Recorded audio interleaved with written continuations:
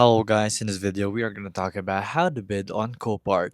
So 3 steps on how to bid on Copart. So the first one is becoming a basic or premier member.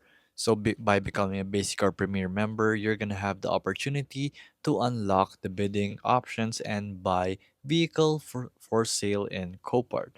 So next is searching your vehicle. So you want to search for your preferred or your wanted vehicle basically, and next is placing the bids. So Copart has two auction processes that allow high and premier members to place preliminary bids and bid in real time. So the highest preliminary bids are represented in the live auction through Bid for You technology, and our online auctions run Monday through Friday, so you can actually go ahead and bid right there. So it's going to be live, so you can place your bids live on the actual website.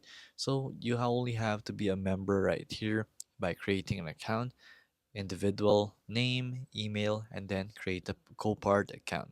So from there, you can search for your vehicle and then wait for a auction to come up, and that's where you can bid online and live in Copart. It's just that simple to actually bid.